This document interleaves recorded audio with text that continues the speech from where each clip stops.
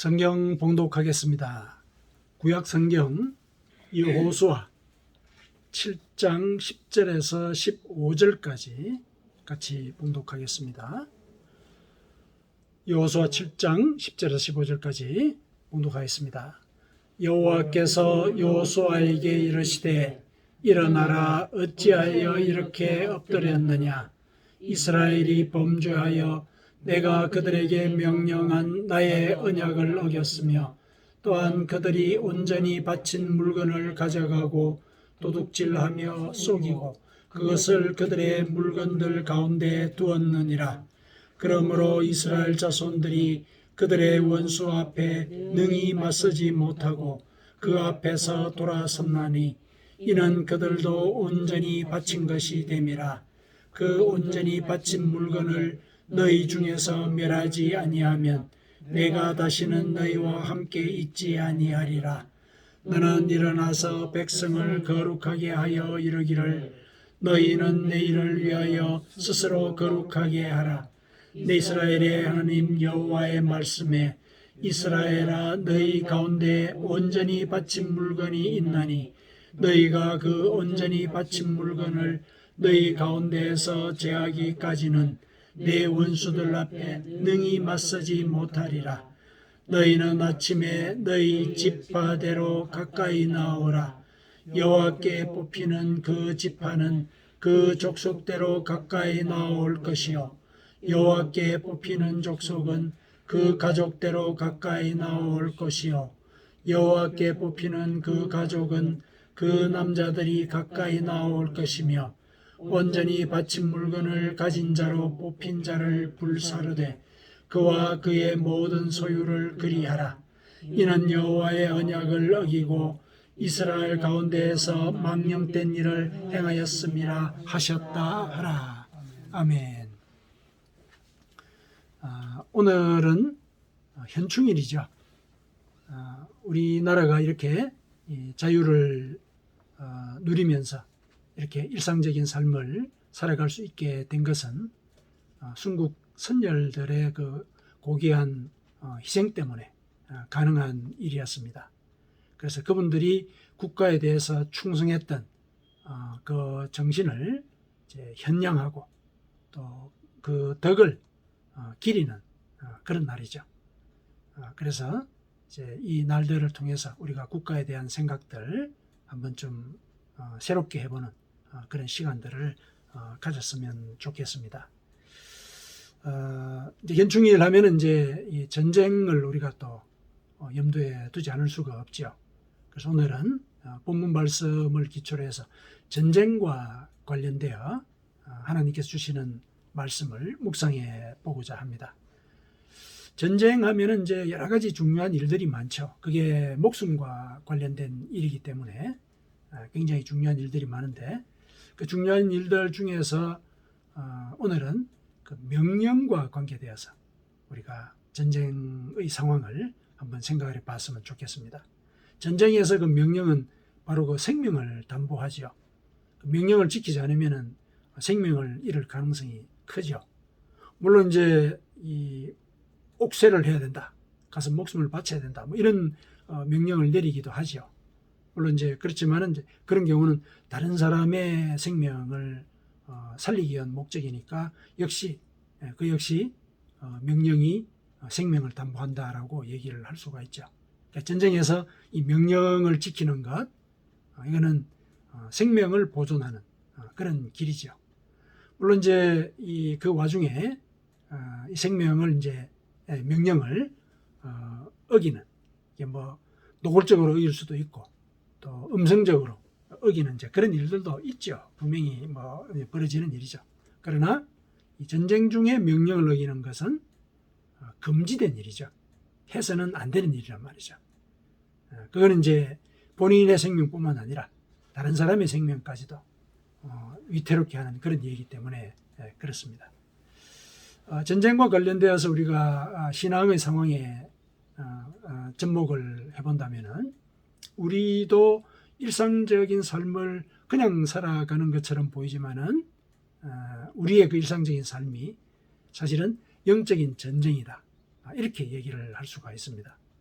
영적인 전쟁을 우리는 날마다 치르고 있는 것이죠.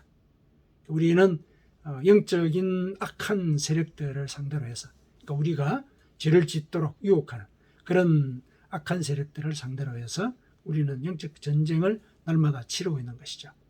이 전쟁에도 명령이 중요합니다. 명령을 지키는 것.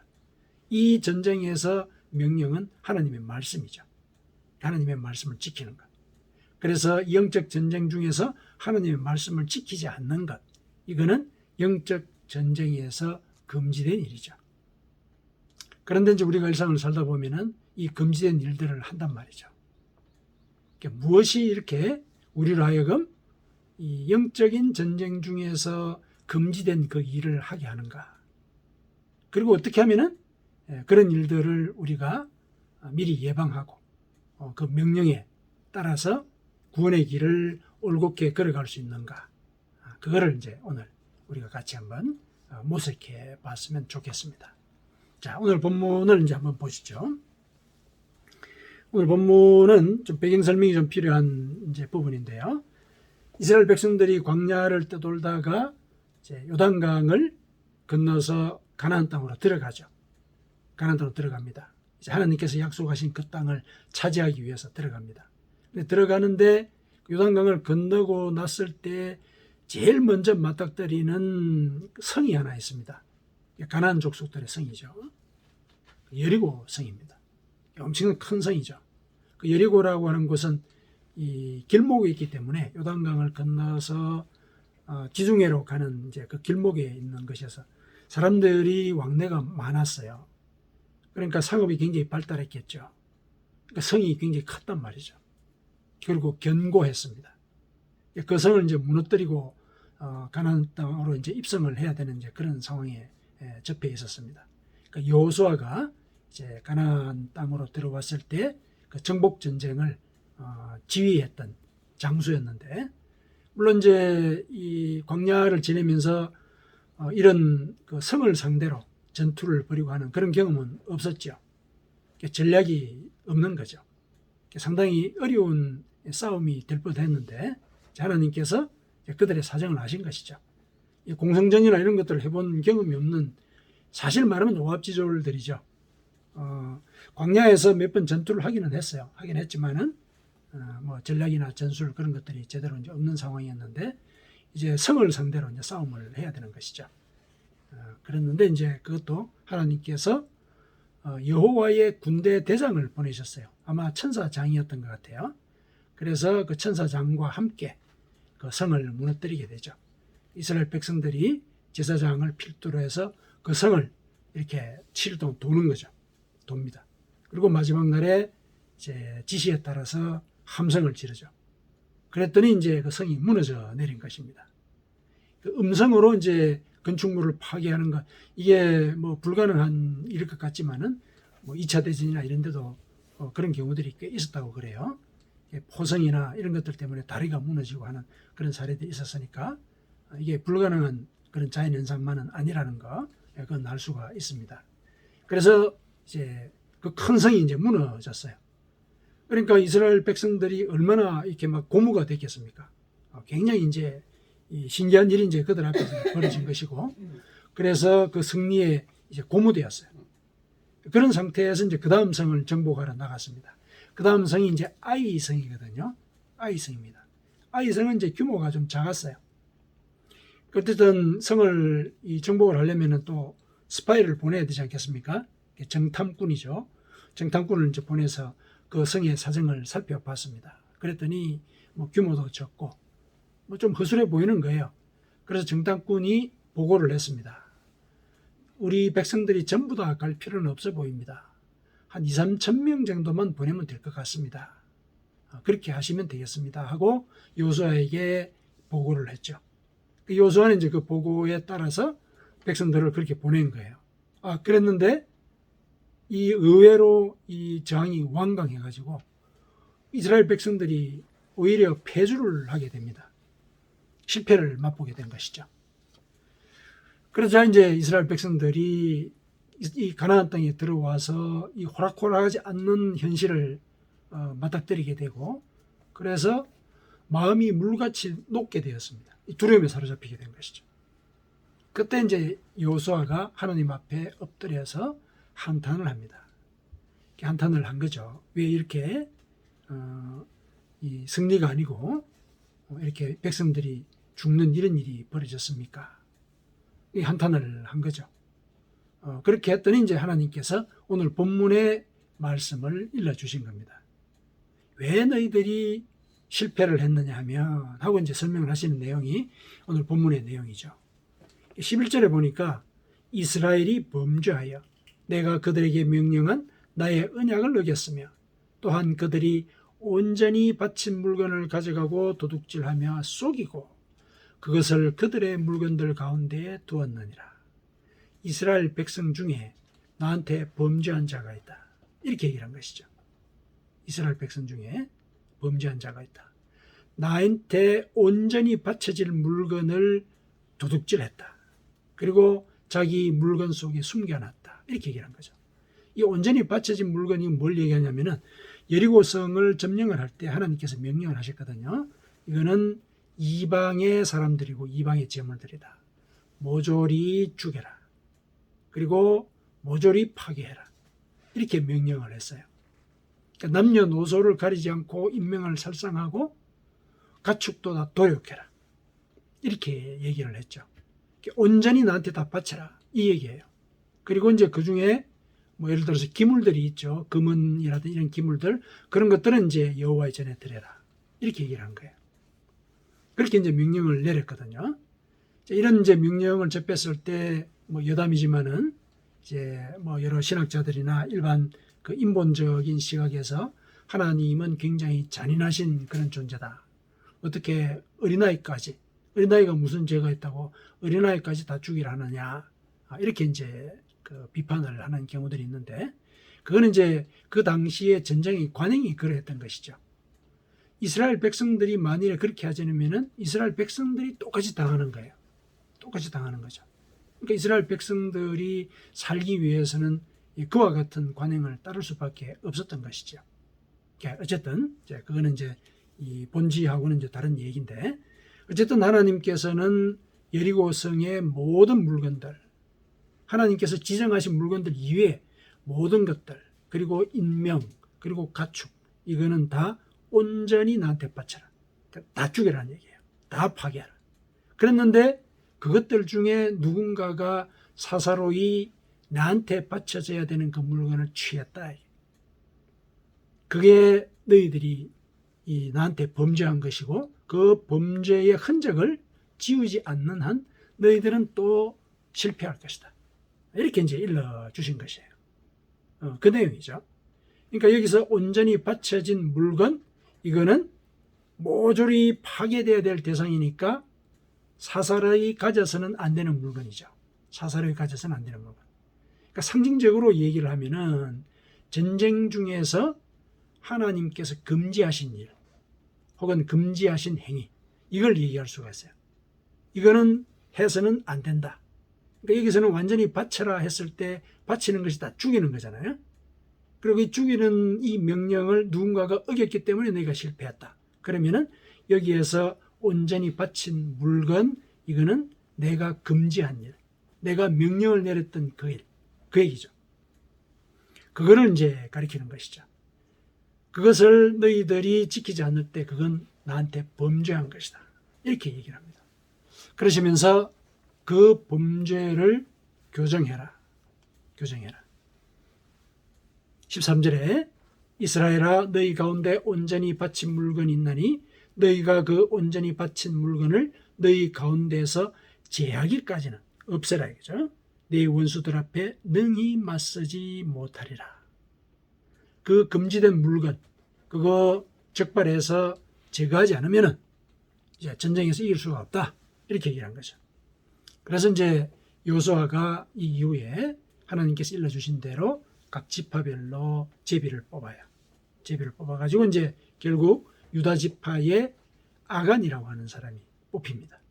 그래서 추궁을 했죠.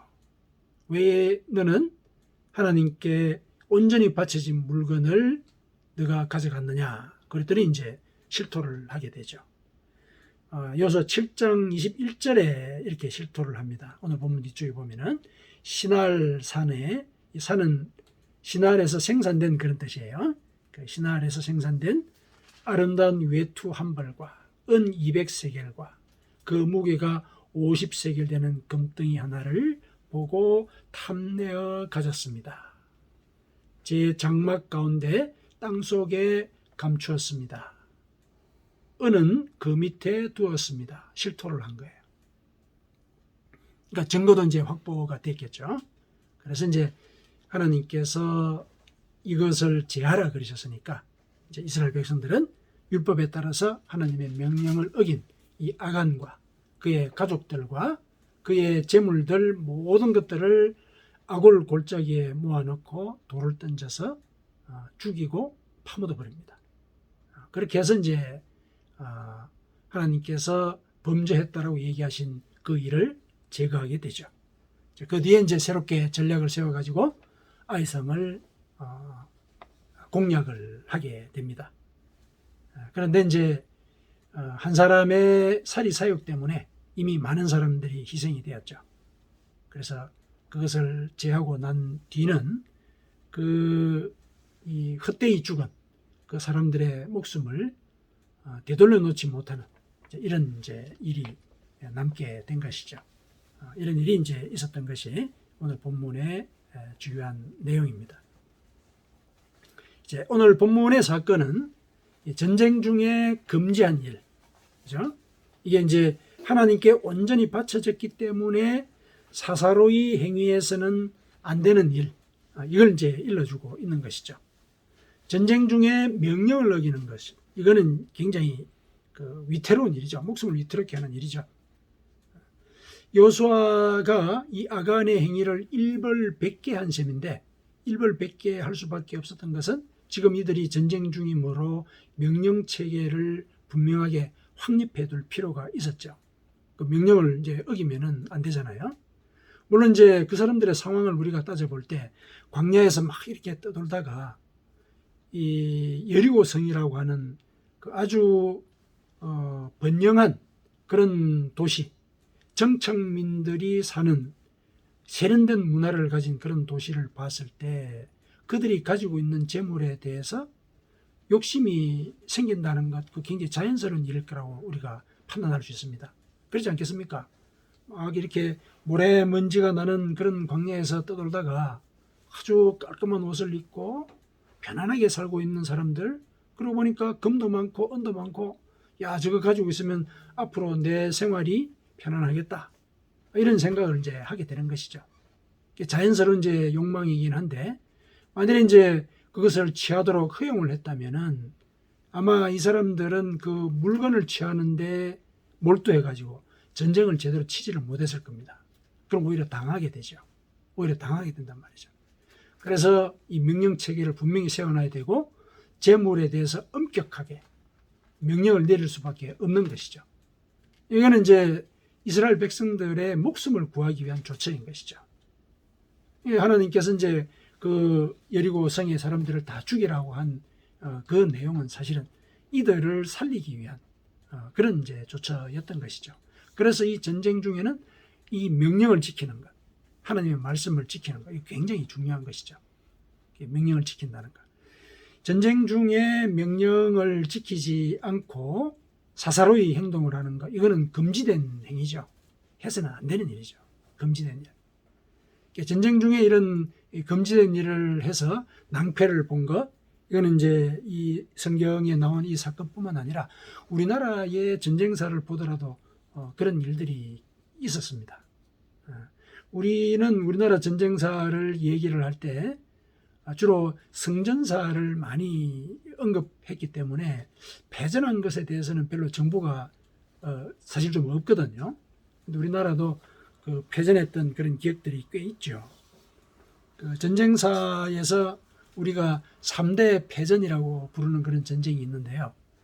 거기 임진왜란 때 그 7천량 전투, 원균이죠. 원균이 그 거북선하고 이렇게 이 판옥선을 이끌고 갔다가 거의 그 조선 수군의 근간을 다 그 망실하게 된 그런 해전이 칠천령 전투거든요. 그 다음에 몽골 군대하고 싸웠던 쌍령 전투가 있습니다. 여기는 몽골 군대 300명한테 조선 육군 4만 명이 몰살을 당했어요. 엄청난 이 패전이죠.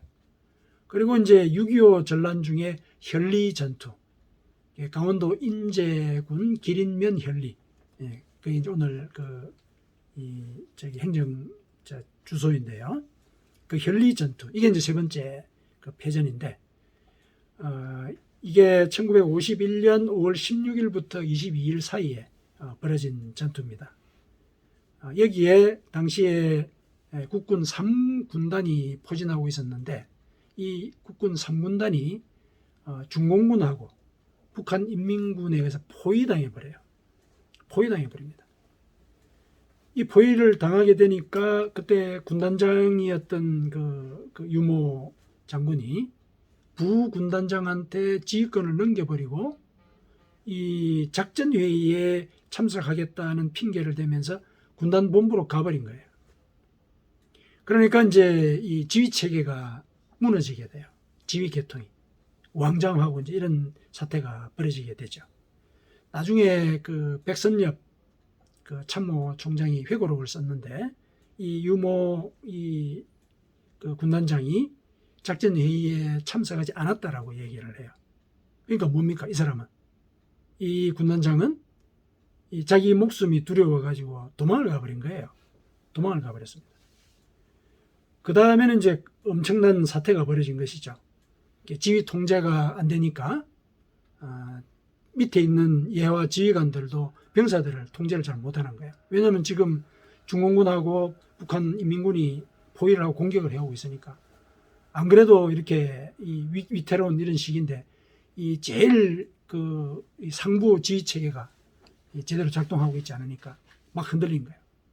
그래서 이제 결국은 예하 지휘관들이 계급장을 다 떼버렸어요. 계급장을 다 떼고 그냥 일반 병사들처럼 같이 도망을 치게 되죠. 도망치는 군대들을 향해서 이제 결국은 이 중공군하고 북한 인민군이 이제 공격을 가했죠. 그때 약 한 4,000명이 죽었다고 그럽니다. 4,000명의 사상자가 발생했고, 그리고 그 무기의 70%가 망실이 됐다고 그럽니다. 그게 이제 결국은 동부전선을 갖다가 굉장히 위태롭게 했고, 더 큰 문제는 사태가 이렇게 되니까 전시작전 지휘권, 그게 이 현리전투의 패배를 계기로 미군에게 완전히 넘어가 버리게 되죠. 한국군에게 전시작전 지휘권을 맡겨서는 안 되겠다. 그래가지고 이제 넘어가 버리게 된 것이죠. 이게 이제 세 가지의 우리의 패전사인데, 이 3군단장의 이제 예를 우리가 한번 들어보죠. 이 3군단장은 군인으로서 해서는 안 되는 일을 한 것이죠. 군인으로서 목숨을 바쳐서 다른 사람의 목숨을 구하는 것, 보호하는 것, 이게 그 군인이 해야 되는데, 이 사람은 전쟁에서 금지된 일을 한 것이죠. 두려움을 가진 것, 금지된 일을 한 것이에요. 그래서 결국은 많은 사람들을 죽게 만들고, 또 국가의 존망을 위태롭게 했을 뿐만 아니라 오늘날 그렇게 많은 논란을 불러일으키는 이제 전시작전 지휘권, 이 문제도 이제 파국에 빠뜨리는 이런 일을 하게 된 것이죠. 그러니까 이 사람은 사실상 이 본문의 아간과 같이 자기 자신의 개인적인 그런 사사로운 관심, 사사로운 욕심, 이것 때문에 대의를 망친 그런 이제 사례가 되는 것이죠. 자, 이와 같은 사례, 이게 결국 실제적인 전쟁터에서만 벌어지느냐? 그렇지는 않죠. 초두에 말씀을 드렸듯이 우리도 늘 영적인 전쟁을 하는 그런 존재다. 일상적인 삶 가운데서 우리는 늘 영적인 전쟁을 한다. 그런데 그 영적인 전쟁을 하는 와중에 아간과 같은 일들 우리가 하지 않느냐? 아간과 같은 일. 하나님은 분명히 이 영적인 전쟁의 와중에 이렇게 하라. 성경 말씀을 통해서 또 성령의 깨우침을 통해서 우리에게 일러주는데, 우리는 우리 육체의 소욕을 쫓아서 그 말씀을 지키지 않는 거죠. 전시에 하나님의 명령을 따르지 않는단 말이죠. 그런 사태들을 우리가 많이 경험하고 또 우리가 이 사사로운 욕심 때문에 영적인 그 성결한 이 길과 또 그 과정 속에 쌓아왔던 그 영적인 열매들, 이런 것들을 얼마나 많이 파괴했던 이런 기억들이 있는가, 이런 것들은 우리가 한번 돌이켜 봤을 때 인정하지 않을 수가 없죠. 성경은 이제 우리에게 이렇게 얘기를 하죠. 우리는 일상을 살아갈 때 그저 혈과 육을 상대로 해서 싸우는 그런 존재들이 아니다. 우리는 통치자들과 권세들과 이 어둠의 세상 주관자들과 하늘에 있는 악의 영들을 상대하고 있다. 에베소서 6장 12절에 그렇게 분명히 얘기를 하고 있거든요. 에베소서 6장 12절에 우리는 이 어둠의 세상 주관자들과 하늘에 있는 악의 영들을 상대해서 싸우고 있다. 그러면은 우리는 영들을 상대하는 존재로서는 그 영을 대적할 만한 성령의 명령을 쫓아야 한다. 이게 당연한 논리죠. 성령이 인도하시는 대로, 성령이 명령하시는 대로 살아가야 한다. 그런데 우리의 일상은 어떠하냐? 우리의 일상은 육체의 소욕이 있는데 이 육체의 소욕은 성령을 거스르고 성령은 육체를 거스른다. 이 둘이 서로 대적함으로 우리가 원하는 것을 하지 못하게 된다. 갈라디아서 5장 17절에 이런 말씀이 있죠. 갈라디아서 5장 17절에 육체의 소욕은 성령을 거스르고 성령은 육체를 거스르나니 이 둘이 서로 대적함으로 너희가 원하는 것을 하지 못하게 된다. 이게 우리의 상황이란 말이죠. 우리는 성령이 명령하시는 대로 하나님이 일러주시는 말씀을 쫓아서 살아가야 되는데 육체의 소욕이 그 말씀에 반기를 들도록 우리의 생각과 또 우리의 마음을 그렇게 유혹을 한단 말이죠. 근데 거기에 넘어간 사례들이 우리가 많은 것이죠. 그런 사례들이 많다는 것입니다. 우리가 성령의 열매를 맺노라 이렇게 노력하는 그 와중에도 우리는 헛된 영광을 구하는 그런 시도를 하죠. 헛된 영광은 이제 자랑하고 싶다는 얘기예요. 자랑하고 싶어가지고 자기 공로를 막 드러내고 그래가지고 이제 사람들을 이렇게 시기하게 만들고 그래서 분노를 부추기고 이제 결국은 그 성령의 뜻을 거스르는 그런 일들을 하게 되고 말죠. 우리가 성령의 인도를 받아야 되는 그리고 성령의 명령을 따라야 하는 그런 상황이 있음에도 불구하고 육체의 소욕을 우리가 몰래 취한단 말이죠. 하나님을 믿는다고 하면 성령을 따른다는 것, 성령의 명령을 따른다는 것, 그건 정해진 길인데 육체의 소욕을 쫓아서 그 명령을 어긴다는 것, 우리가 몰래 하는 짓이죠. 몰래 한단 말이죠. 그러니까 우리에게 있어서 온전히 바친 물건은 바로 육체의 소욕입니다. 그래서 이 육체의 소욕을 우리 가운데서 제거해야만 성령의 명령을 우리가 고지곧대로 따를 수가 있게 된다. 왜냐하면 육체의 소욕이 성령을 거스르기 때문에. 그렇다면 육체의 소욕을 제거하는 것이 성령의 명령을 따르는 길이다. 이건 이제 논리적으로 우리가 생각할 수 있는 부분이죠. 그래서 육체의 소욕, 이것을 이제 우리가 우리 속에서 이제 살펴봐야 되는 이제 그런 문제가 우리에게 놓여 있습니다. 자, 육체의 소욕, 그럼 이게 구체적으로 뭘까? 알아봐야 되겠죠. 육체의 소욕이라는 게 뭐냐? 오늘 본문의 맥락을 따지고 보면은 육체의 소욕은 개인의 사사로운 탐심이죠. 그렇죠? 자기가 갖고 싶어서. 왜냐하면 이 아간도 그렇게 얘기하지 않았습니까? 그게 탐이 나서. 분명히 그렇게 얘기했죠. 외투. 광야를 떠돌다 보니까 그렇게 멋진 외투. 너무 탐이 났거든요. 탐이 났어요. 모피 외투일 가능성이 있죠. 아이, 탐이 났다. 금과 은 덩어리 탐이 났다. 그렇게 이제 얘기를 하셨습니다. 그러면 이제 개인의 탐심. 이게 이제 육체의 소욕이죠. 육체의 소욕. 근데 이 탐심이 왜 생겼느냐 뭐 이런 것들도 따지고 보면은 또 근원적으로 그 육체 소욕의 내용을 우리가 발견할 수가 있겠죠. 이 개인적인 탐심, 이걸 근원적으로 얘기를 해보면은 그거는 인간적인 판단. 이게 개인적인 탐심을 불러일으킨 또 근본적인 원인이죠. 근본적인 원인입니다. 인간적인 이 판단, 하나님의 뜻을 우선하는 것이 아니라 인간적인 판단을 우선했다는 거, 이게 육체의 소욕이라고 하는 것, 이거는 우리가 분명히 적용을 해볼 때 확인할 수 있죠.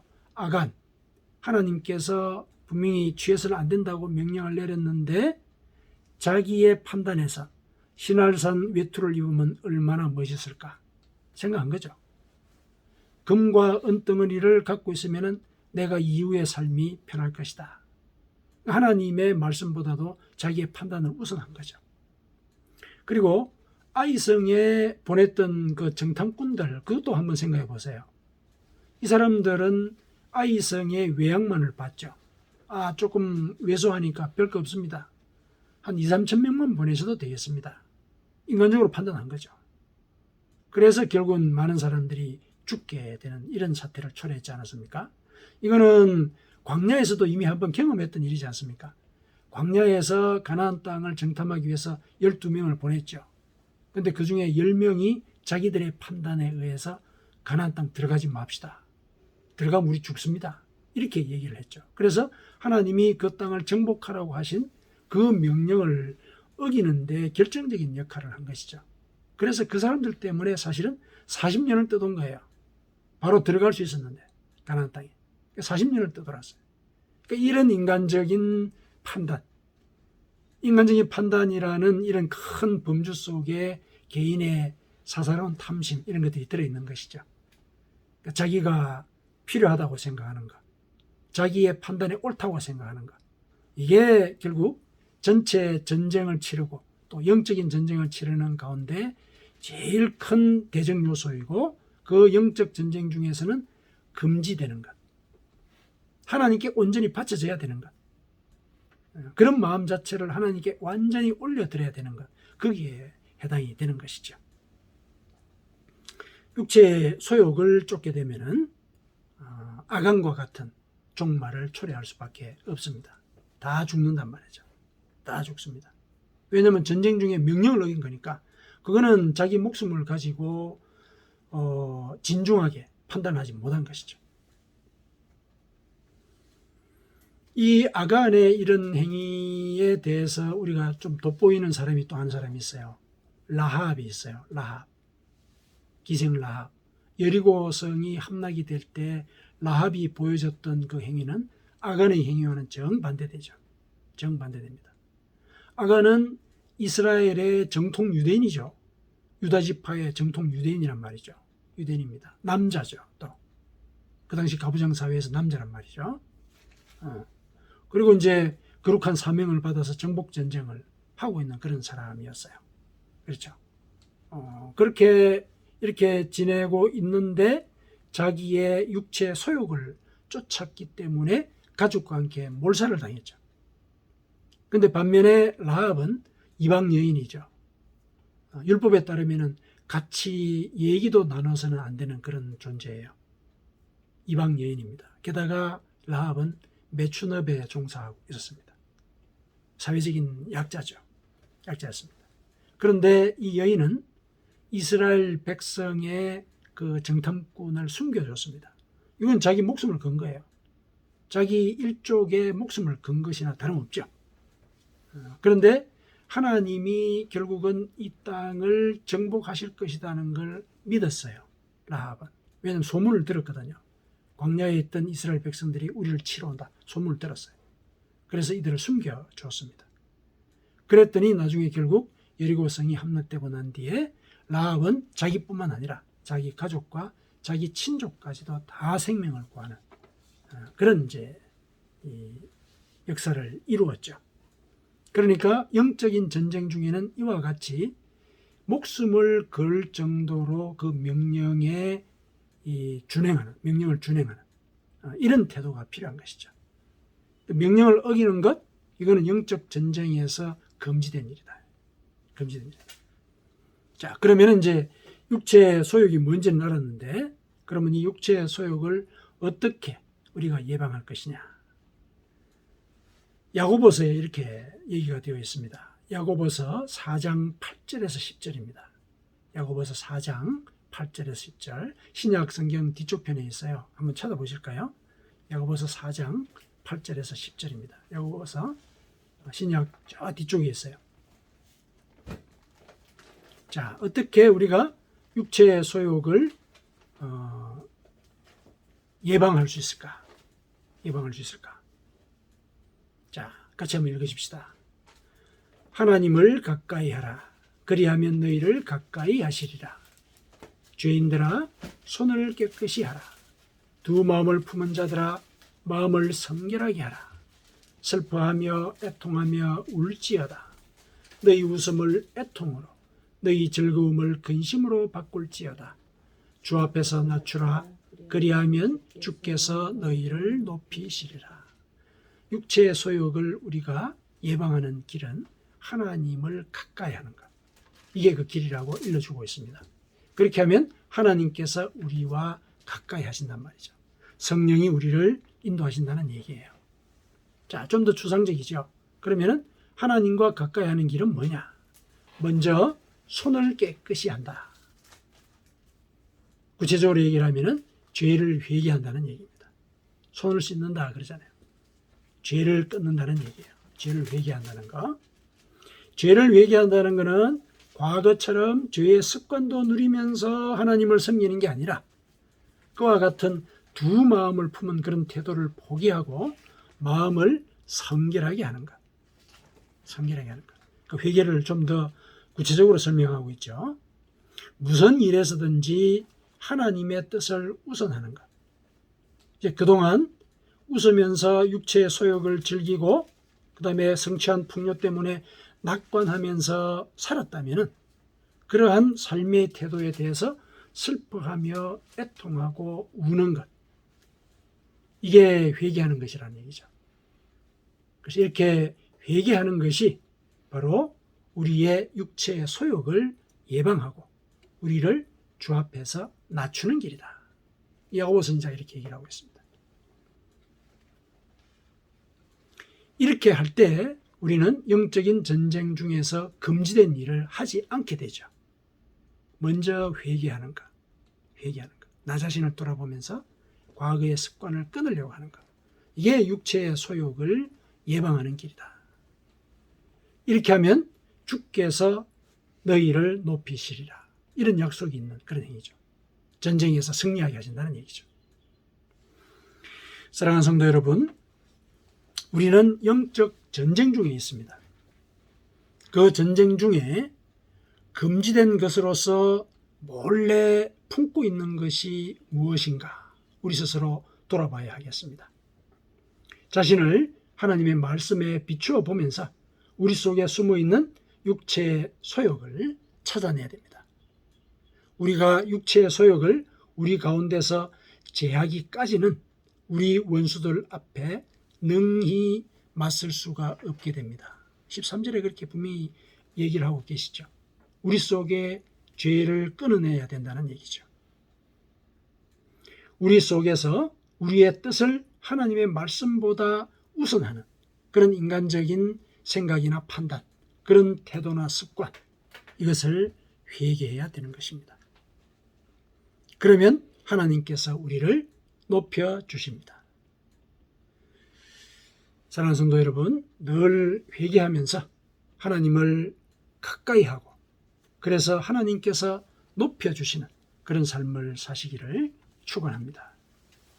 아멘.